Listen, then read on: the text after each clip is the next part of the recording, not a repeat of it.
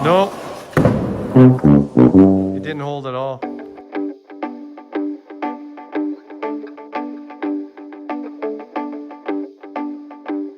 All right, another big day. Say hi, Brandon. We are building base pallets out of 1-inch plywood and 4x4s for us to try to pour and release floor tiles. So we're in the concrete plant in Lethbridge. They've been making beautiful grade rings. It's a flurry of activity here.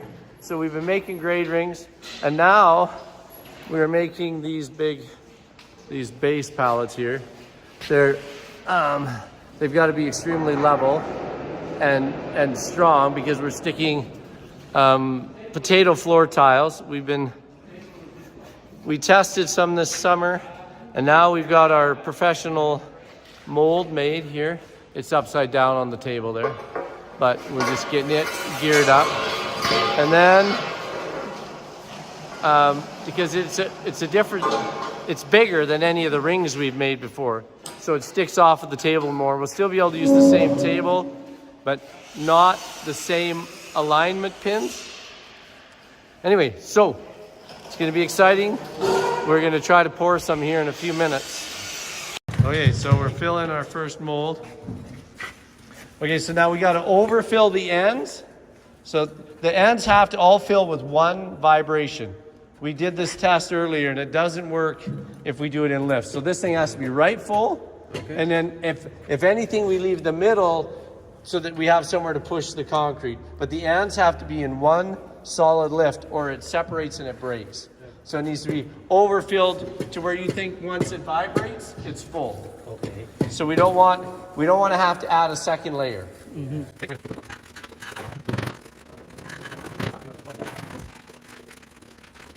Okay, so then now we'll try to roll it. Okay, shut off the vibrator. How does that shut off?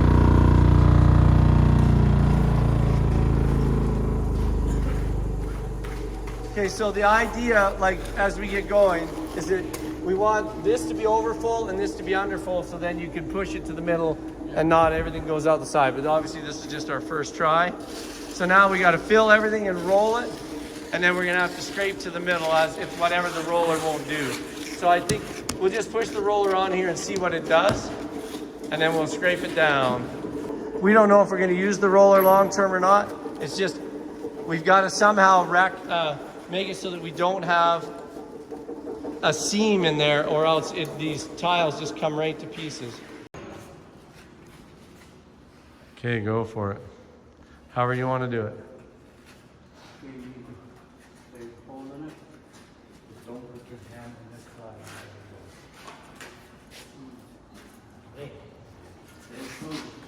Okay, we're going to try unloading our first one with the new tile. Whoa, whoa. Where are we going?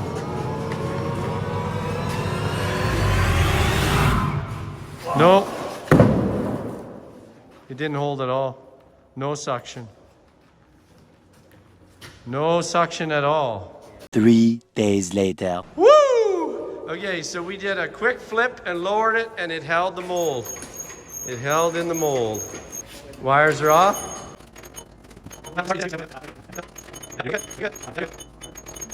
Yeah, go.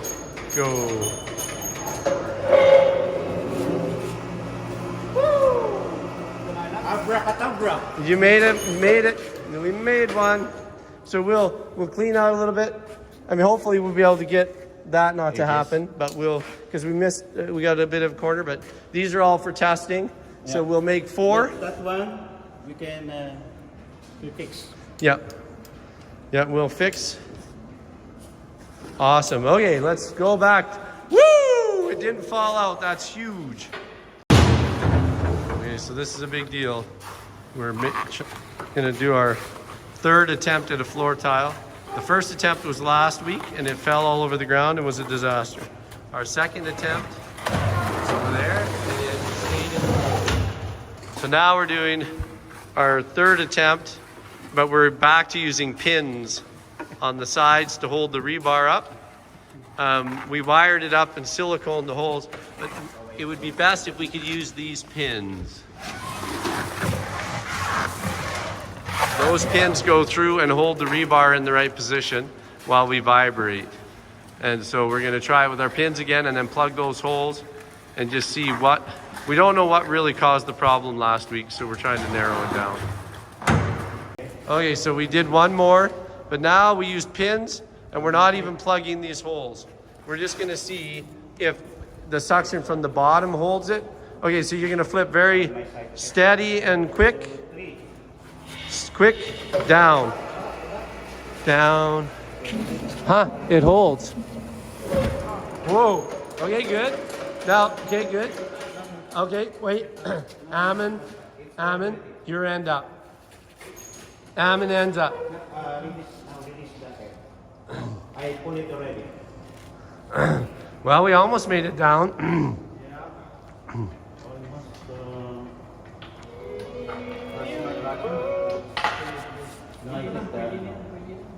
Yeah, it'll work. Ammon's end up.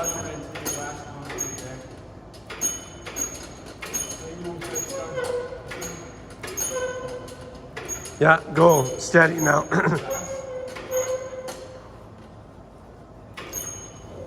Yeah, you're up. You're up. Just let it go. You're out.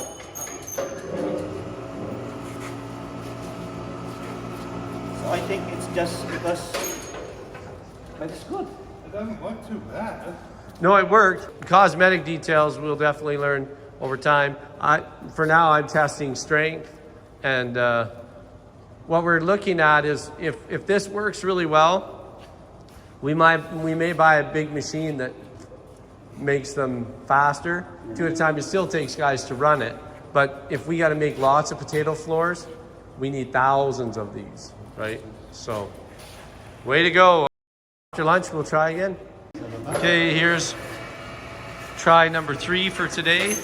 2 are over there, and we're trying different. You could go a little lower.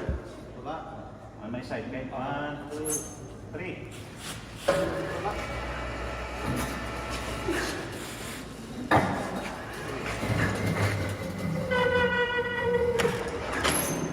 Okay, now make sure you pull your pins. Remove the pin too. Yeah, pins and air.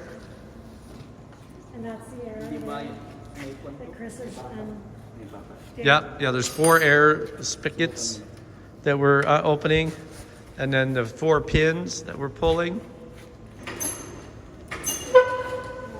Yeah, now I would say just steady up, steady up, steady up.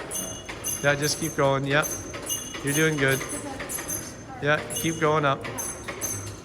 You're off. So it made a little gouge? Oh, yeah. Well, let's push it back in there. We can patch it. So now we just gotta see if we can shorten that one.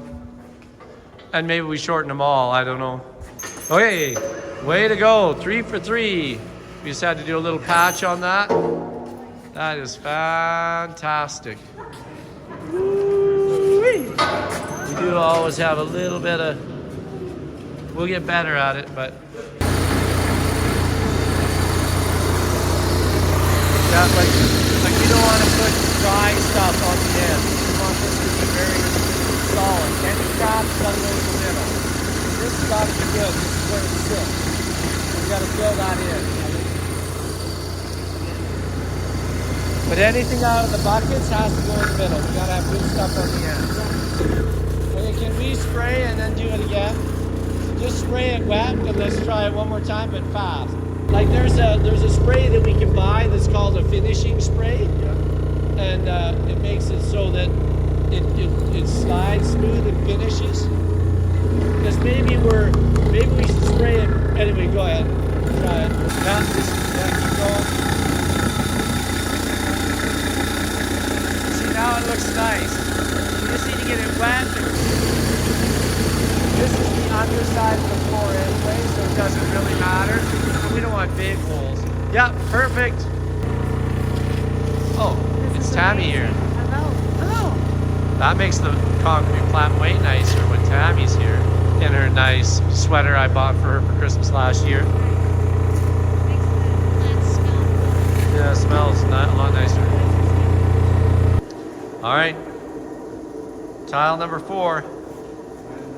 Okay, so it's concrete crew, you guys, Dave, Romeo, Larry, Lido. So we're doing the floor tile, and any of you other people on YouTube that know anything about dry casting, this vibrating table is on, and we can all just talk to each other. It's not crazy. Most vibrating tables sound like a jackhammer. This is incredibly quiet. We don't have to wear hearing protection. The decibel levels are way below anything dangerous. We can just visit with each other. It's amazing. So thanks to Eric Torrie, and a genius with airbags and vibrators down in the US that we met at a trade show, he helped us to know how to make quiet vibrating tables. One of the keys is synchronizing your vibrators, but also everything has to be tight. So the clamps and everything, if anything's loose, it sounds like a jackhammer. But when we've been in other concrete plants, it sounds like unbelievable. It's like jackhammers going off everywhere. And it doesn't have to be that way. They can be quiet. It's fantastic. Anyway, so we're getting the floor tile done. They're doing number 8. So this was an unbelievable day. On Friday, we tried, and we had one tile just fall to crumble to pieces out of our form, our first try, and we didn't know what to do. But now we've come back and tried again, and now this will be 8 for 8. None have fallen out. And we've got to get up to where we're making 80 of these a day. Like we got to, with 2 shifts, we got to go 80 a day in order for them to be at a price point that makes sense. So it's a big challenge ahead, but the first huge hurdle has been cleared. We had to figure out how to make the mold hold the concrete, the suction hold while we flip it over, and not fall out and crumble everywhere. And we're stacking on top of the second ones, which is fantastic. I need to be able to multiple stack, and so that the handling and everything is got to be way more efficient if we could just stack on top of each other, let them cure, and then haul them out of here in stacks. It's going to be fantastic. 3 days later. It's welder Dave this morning, and we're fixing the mold to get our air gaps correct. But now we're just doing our first ones. Okay, Brandon's running the forklift, and we've built some. Now we're going to slide them off of their pallet. Okay, go for it. Onto some stringers.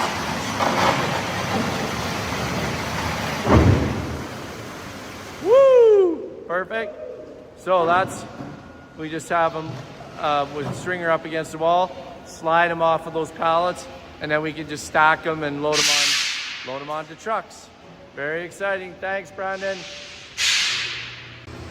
Okay, so we're moving 7 at a time, which is about 7,000 pounds, and the back end is light.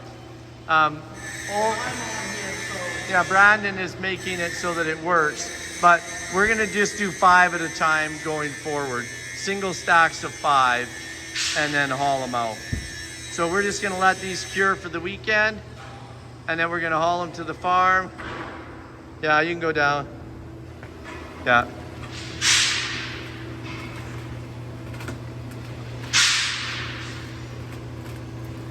Okay, back up just a smidge.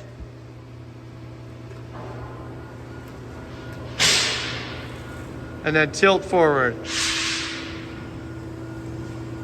Yeah, let them go. Okay, so that's awesome. Well, anyway, we know the limit, and that telehandler's got the same weight limit, around 7,000 pounds. So anyway, that'll be good. So then let's do this one, and then that one again. We'll have 2 stacks, we'll put them on the truck and bring them to the farm. All right, Farmer Dave here in my suit. This is with our first batch of floor tile. They have sand on them so they don't stick together, but it's just a sandy surface. Anyway, we're really excited. We'll take these 14 to the ranch for testing, strength testing and level testing. We'll drive skid steers and stuff on top, the stuff that they will be using in our potato building, and just make sure our thicknesses and all that are good. And then we've modified the mold for bigger slots now that we've got the airflow calculated and engineered. So we had to put bigger slots in here. I'll just show you the mold. We're moving through the shop to the production side. There's the mixer and the sand. And the crew, woo! It's our crew. And then here's our new mold. Well, yeah, I mean, it is a new mold. But then we put in longer slots inside so that they're 9 inches long each slot, 3/4 of an inch thick. And anyway, super exciting. We'll start making the new ones for real this afternoon. See how it goes. Okay, I'm here late at the plant. Everybody's gone home. I was just checking on how the new mold was working. Anyway, so just checking out my finish on the tile, and it's exciting, but we do need to change a few things to get rid of some of the bubbles on the surface. It might be good enough for our first tries, but anyway, we're gonna change the recipe a little bit and maybe use a different form release oil that's more designed to give us a smoother finish on steel. But anyway, it's coming. We're learning good stuff. Fantastic.